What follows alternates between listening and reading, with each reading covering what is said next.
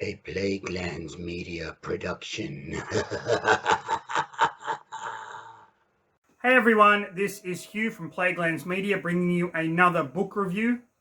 Now, this was a review that I kind of wanted to get out last month because of the Halloween horror thing, but other stuff got in the way.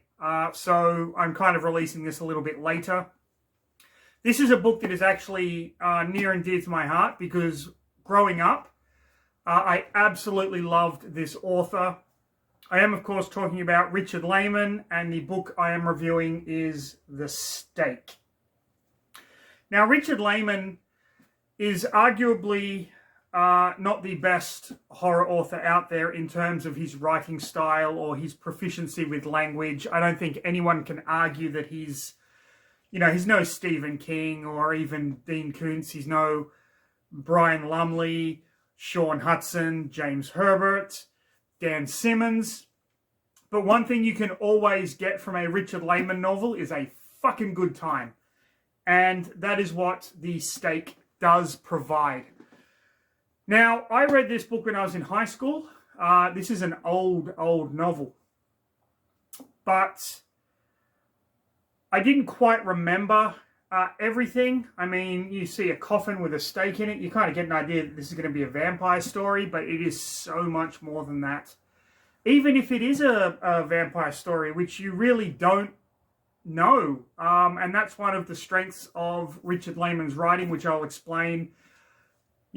I'll explain it now that we're going to get straight into the next episode of...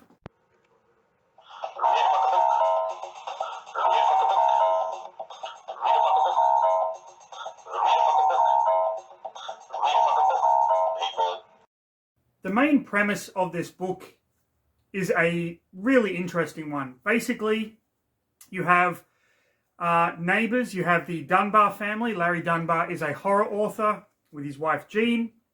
And then his next door neighbours, Pete and Barbara.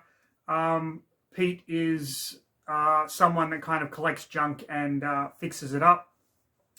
And at the beginning of the book, after the really intense prologue that I'm not going to actually spoil because it's fucking crazy, these two married couples are exploring this ghost town called Sagebrush Flats, and they go into this old hotel where there is an accident and they stumble across a body in a coffin with a stake through its heart. Larry and Pete become obsessed with this, and Larry decides to write a book at Pete's kind of prompting. So he starts researching who this body is, and finds out that it's the body of a high school student by the name of Bonnie, who was murdered by a man named Uriah, who believed that Bonnie was a vampire and had actually killed his family. This all happened after the town of Sagebrush Flats. Everyone kind of moves away, and Uriah and his wife and daughter are the only ones left there. And as Larry uncovers all of this, he and Pete become more obsessed with this idea of Bonnie and this vampire in this book. And so they go back to Sagebrush Flats, unbeknownst to their wives, and bring the coffin and the corpse back to Larry's house, where they plan on pulling the stake out to see if this corpse of this girl Bonnie is actually a vampire. There is a side plot happening with Larry and Jean's daughter Lane. She's developing feelings for her English teacher, but we come to find out very early on that her English teacher is a fucking scumbag, rapist, I should say. Although he probably is racist, but he's a rapist who has not only brutally beaten and constantly raped one of Lane's classmates, but he has his eyes set on Lane, and so we have that kind of subplot happening where it all ultimately culminates in an ending that I honestly forgot was so fucking wild, where the Lane and her teacher, Hal Kramer, their stories converge with the Pete and Larry and Bonnie pulling the stake out of the chest, and it all kind of hits this big wall right in the middle with a very nice payoff at the end. One of the strengths of this book is definitely that Richard Laymon keeps you guessing. Is it a vampire? Isn't it a vampire? Is Kramer this guy? Is he not this guy? And through his writing style, which a lot of people will call amateurish, I really enjoy his writing style, primarily because it got me into the horror genre. So I have a lot of nostalgia for this book. I have a lot of nostalgia for his other books. I have a ton of them, like back there and back there.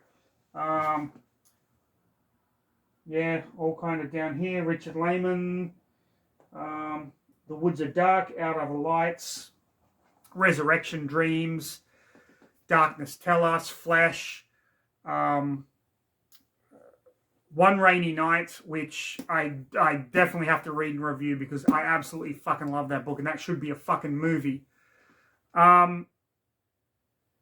It might be like an amateurish writing style, but it keeps you guessing, and that's what a good horror novel should do. It should just kind of keep you guessing. Now, there are going to be people out there that hate Richard Laymon for the way that he writes, and you know what? You're entitled to your opinion. That's fine.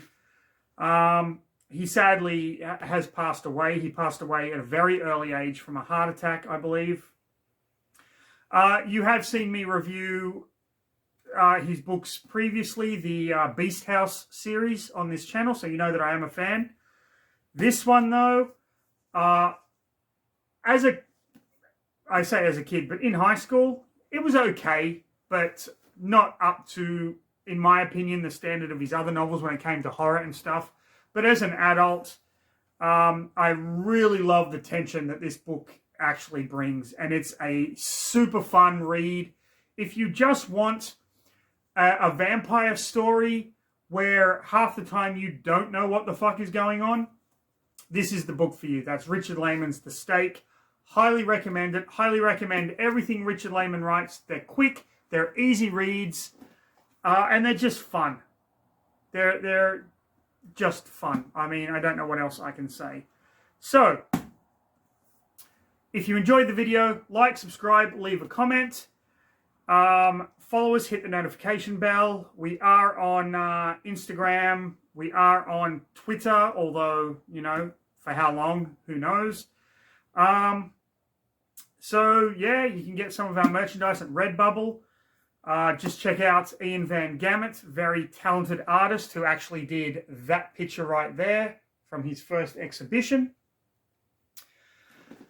But most importantly, and, you know, to those of you that are worrying about, oh, this is supposed to be Star Wars month, you know, I'm going back to that. I just wanted to chuck this one out there because I finished this book yesterday and just wanted to get the review down. So don't worry, Star Wars month is still happening. This is an anomaly.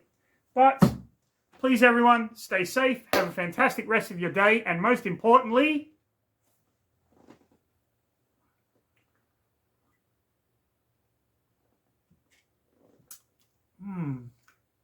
read a fucking book, people.